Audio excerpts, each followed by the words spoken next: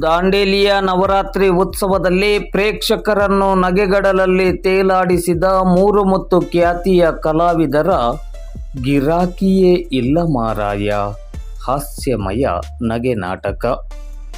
ಅಲ್ಲಿ ಯಾರೂ ಕೂಡ ಮುಖ ಸೊಟ್ಟು ಮಾಡಿ ಕುಳಿತುಕೊಂಡಿಲ್ಲ. ತಲೆಯೊಳಗೆ ಎಂತಹದ್ದೇ ಟೆನ್ಷನ್ ಇದ್ದು ಬಂದವರು ಕೂಡ ಬಿದ್ದು ಬಿದ್ದು ನಕ್ಕಿದ್ದಾರೆ.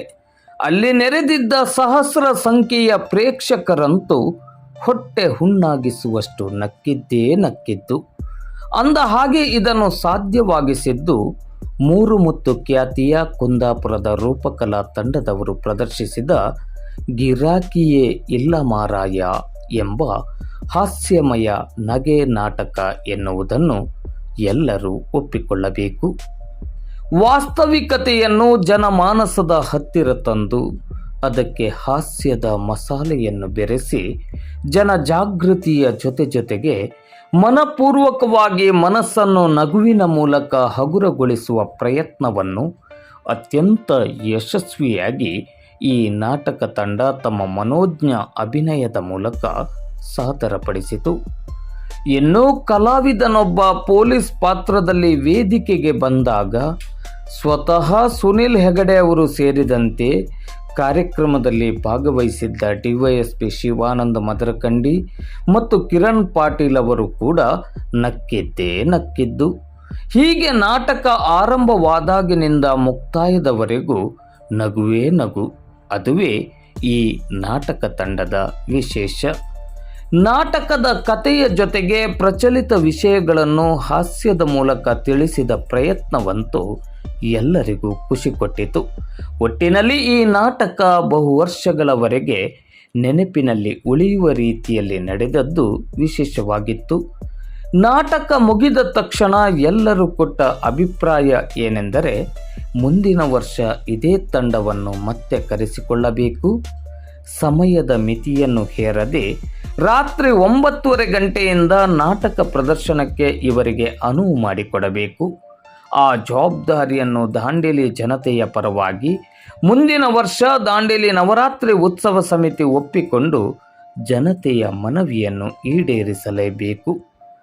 ನಾಟಕ ಪ್ರದರ್ಶನ ಮುಕ್ತಾಯವಾದ ಬಳಿಕ ಈ ಕಲಾ ತಂಡವನ್ನು ದಾಂಡೇಲಿ ನವರಾತ್ರಿ ಉತ್ಸವ ಸಮಿತಿಯ ಪರವಾಗಿ ದಾಂಡೇಲಿ ನವರಾತ್ರಿ ಉತ್ಸವ ಸಮಿತಿಯ ಗೌರವಾಧ್ಯಕ್ಷರಾದ ಸುನಿಲ್ ಹೆಗಡೆ, ಡಿವೈಎಸ್ಪಿ ಶಿವಾನಂದ ಮದರಕಂಡಿ, PSI ಕಿರಣ್ ಪಾಟೀಲ್, ಸಮಿತಿಯ ಅಧ್ಯಕ್ಷರಾದ TS ಬಾಲಾಮಣಿ, ಪ್ರಧಾನ ಕಾರ್ಯದರ್ಶಿ ನರೇಂದ್ರ ಚೌಹಾಣ್, ಖಜಾಂಚಿ ಅಶುತೋಷ್ ಕುಮಾರ್ ರಾಯ್ ಹಾಗೂ ಸಮಿತಿಯ ಪದಾಧಿಕಾರಿಗಳ ಸಮ್ಮುಖದಲ್ಲಿ ಗೌರವಪೂರ್ವಕವಾಗಿ ಸನ್ಮಾನಿಸಲಾಯಿತು.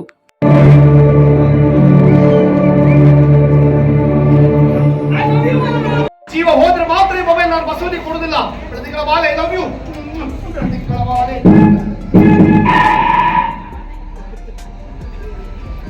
ಗಿರಾಕಿಯೇ ಇಲ್ಲಲ್ಲ ಮಾರೆ. ನಾನು ಬಂದು ಒಂದು ವಾರ ಆಯ್ತು, ನಿಮ್ಮೊಂದು ಹೋಗಿ ಬೋಣಿ ಅದನ್ನು ನೋಡ್ಲಿಲ್ಲ. ವಾರಕ್ಕೊಂದ್ಸಲ ಬೋಣಿ ಆಗುದ? ಉಪ್ಪಿಟ್ಟು ಬೇಕಂತೆ. ಉಪ್ಪಿಟ್ಟು ಸ್ವಲ್ಪ ತೆಳು ಮಾಡ್ಬೇಕಂತೆ. ಮತ್ತೆ ಉಪ್ಪಿಟ್ಟು ಸ್ವಲ್ಪ ಒಗ್ಗರಣೆ ಹಾಕುದು ಬೇಡ ಅಂತೆ. ಎಂತ ಪಾರ್ಟಿ ಉಂಟಂತ? ಅಲ್ಲ, ಅವ್ರದ್ದು ಫಿಲ್ಮ್ ಇದು ವಾಲ್ ಪೋಸ್ಟ್ ಹಚ್ಲಿಕ್ಕಂತೆ. ಅದು ನೀವು ಒಗ್ಗರಣೆ ಹಾಕಿದ್ರೆ ಸಾಕ್ಷಿ ಸಿಕ್ಕಿ ಬರ್ತದೆ. ಫಿಲ್ಮ್ ಸಿಡಿ ಅಲ್ಲ? ಫಿಲ್ಮ್ ಸಿಡಿ ಅಲ್ಲ, ಮತ್ತೆ ಇದರಲ್ಲಿ ಒಂದು ಹುಡುಗಿ ಹೊಸ ರುಚಿಯನ್ನು ಹೇಳ್ತಾಳೆ. ಎಲ್ಲುಂಟು ಗಿರಾಕಿ? ಗಿರಾಕಿ ಬರ್ತದೆ. ಗಿರಾಕಿಯೇ ಇಲ್ಲ. ನಿನ್ನ ಅಪ್ಪನ ಮನೇಲಿ ಯಾರು ಬರ್ತಾರ ಮಾರೆ? ಅಪ್ಪ ಅವನ ಹತ್ರ ಮಾತಾಡ್ಬೇಡಿ. ನಾನು ನಿಮ್ಗೆ ಹೇಳಿದ್ದೆ ಅವ ಬೇಡ ಅಂತೇಳಿ. ನಾವು ಹೊಸ ರುಚಿ ಪ್ರಾರಂಭ ಮಾಡೋಣ. ಸ್ಟಾರ್ಟ್ ಮಾಡುವ. ಓಂ ಓಂ ದೇವರೇ, ದೇವರೇ, ಇವತ್ತು ನಾವು ಮಾಡುವ ಹೊಸ ರುಚಿ, ಇವತ್ತು ನಾವು ಮಾಡುವ ಹೊಸ ರುಚಿ ಹಾಳಾಗಿ ಹೋಗಿ, ಹಾಳಾಗಿ ಹೋಗಿ. ಮಾತಾಡ್ಬೇಡಪ್ಪ, ಅಂತ ಮಾತಾಡ್ಬೇಡಿ. ನಾವು ಸ್ಟಾರ್ಟ್ ಮಾಡುವ. ಹಾಕುದಾ ಹಾಕ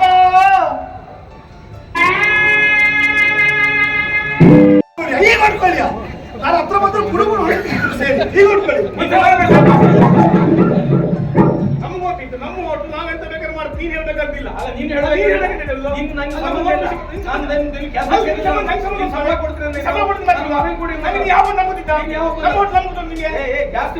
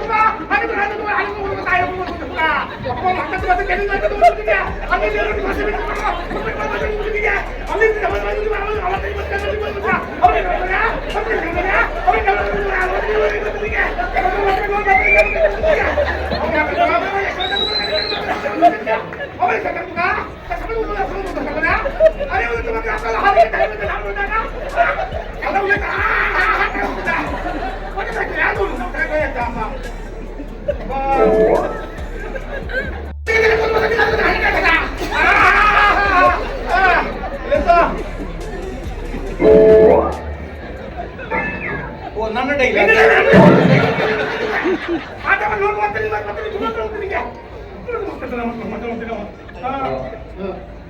ನಮ್ಮ ಮೇರಡಿ ಪ್ರಕಾಶ್ ಶೆಟ್ಟರ್ ಫೋನ್ ಮಾಡಿ ಯಾವ ಭಾಷೆಯಲ್ಲಿ ನಾಟಕ ಕೇಂಟಂತ ಕನ್ನಡದಲ್ಲಿ ನಾಟಕ ಮಾಡಿ ಅಂದ್ರು. ಯಾಕೆ ಪೇಮೆಂಟ್ ಆದಿಲ್ಲ ಈಗ ಅಂತ ಮಾತಾಡೋದು ನಮ್ಗೆ ಗೊತ್ತೇ ಇಲ್ಲ. ಮತ್ತೆ ದುಡ್ಡು ಕೊಡ್ತಾರೆ ಮಾರೆ. 1 ಕಿಲೋಮೀಟರ್ ಒಬ್ಬನೇ ಮಾತಾಡ್ದಲ್ಲ ಮಾರೆ. ಮತ್ತೆ ನನ್ನಂತ ಪ್ರೊಜೆಕ್ಟ್ ಬಂದದನ್ನ ಮಾತಾಡ್ತಿಲ್ಲ. ಒಂದ್ ನಿಮಿಷ, ನಮ್ಮ ಹೋಟ್ಲ್ ಇತಿಹಾಸ ಗೊತ್ತಿತ್ತ ನಿನಗೆ? ನಮ್ಮ ಹೋಟ್ಲ್ ಇತಿಹಾಸ ಗೊತ್ತಿತ್ತ ನಿನಗೆ? ಏನು ರಾಮ ಜನ್ಮ ಭೂಮಿ ಅಂತಂದ್ರೆ ನಿಂದೆ ಹೋಟ್ಲ್ ನಿಂಗೆ ಇವಾಗ್ಲೇ ಏನ್ ಮಾಡ್ಬೇಕಂತ ಗೊತ್ತು? ಯಾವ ಏರಿಯಾ ನಿಂದು? ಎಲ್ಲಿ ಬರ್ಬೇಕು ಹೇಳ, ನಾನು ಮುಗಿಸ್ತೀನಿ ಇವಾಗ. ಮಾತಾಡ್ತಾನ ಅವ್ರು ಮಚ. ಯಾವಾಗ ಬಿಗ್ ಬಾಸ್ ಬರಬೇಕು ಇಲ್ಲಿ ಭಾಷೆ ಮಾತಾಡ್ಬಿಡಿ. ಮಜಾ ಎಂತ ನೀನು ಇವತ್ತು ಒಂದು ಹೊಸ ಬಗೆಯ ರುಚಿ ಕುರಿತು ನಿಮಗೆ ಹೇಳಲಿಕ್ಕಿದ್ದೇನೆ. ಇದರ ಹೆಸರು ಒಗ್ಗರಣೆ ಗಟ್ಟಿ ಮಸಾಲ ಅಂತ. ಈ ತಿಂಡಿ ಸವಿಯೋದ್ ಬಿಡಿ, ನೋಡುವಾಗ್ಲೇ ಬಾಯಿ ನೀರ್ ಬರ್ತದೆ. ವಾಹ್, ಅಷ್ಟು ರುಚಿ. 1932 ಒಲಿಂಪಿಕ್ಸ್ ನಲ್ಲಿ ಚಿನ್ನದ ಪದಕ ಸಿಕ್ಕ ಕೀರ್ತಿ ಈ ಖಾದ್ಯಕ್ಕೆ. ಈ ತಿಂಡಿ ತಯಾರಿಸುವಾಗ ಕ್ರಮಬದ್ಧವಾಗಿ ನಿಯಮ ಪರಿಪಾಲನೆ ಮಾಡಬೇಕು. ಅದಕ್ಕಾಗಿ ತಮಗೆ ಸಮಯಾವಕಾಶವನ್ನ ನೀಡಲಾಗಿದೆ. ನಿಯಮಗಳು ಈ ರೀತಿ ಇದೆ. ಮೊದಲನೇದಾಗಿ, ಆಹಾರ ಪದಾರ್ಥದ ಮೇಲೆ ಕೂದಲು ಬೀಳದಂತೆ ತಲೆಯನ್ನ ಚೆನ್ನಾಗಿ ಬಾಚಿಕೊಳ್ಳಿ. ತಲೆಯನ್ನು ಚೆನ್ನಾಗಿ ಬಾಚಿ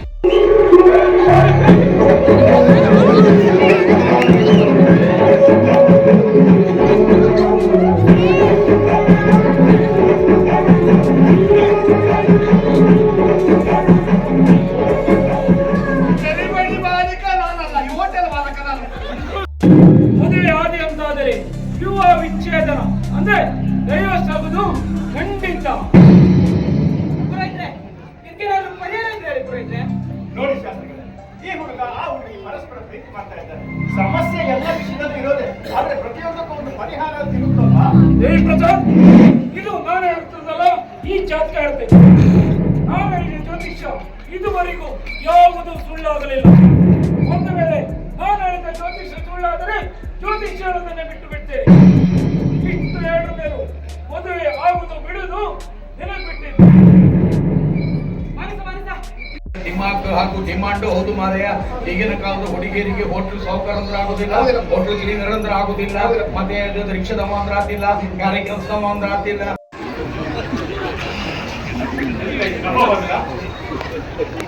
ನಾನು ಕರ್ನಾಟಕದಲ್ಲಿ ತುಂಬಾ ಪೊಲೀಸಿ ನೋಡಿದೆ ಮಾರಯ್ಯ, ಆದ್ರೆ ಈ ರೀತಿ ಲಿಫ್ಟಿಂಗ್ ಹಚ್ಕೊಂಡು ಲಿಫ್ಟಿಂಗ್ ಹಚ್ಕೊಂಡು ಫಸ್ಟ್ ಟೈಮ್ ನಮ್ಮ ಜೀವನದಲ್ಲಿ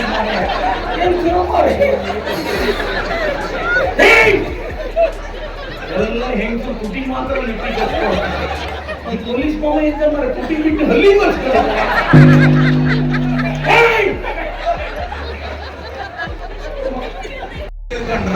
ಬಡಿ ಕಾಡ್ಕೋಣ ಅಂತ ತಿಳ್ಕೊಂಡ್ರ ಕಡೆಗೆ ಕಡೆಗೆ ಫಾರೆನ್ಸಿಕ್ ಹೋದಾಗ ನನ್ನ ಗುರ್ತಾಯ್ತು ಮಾರಯ್ಯ.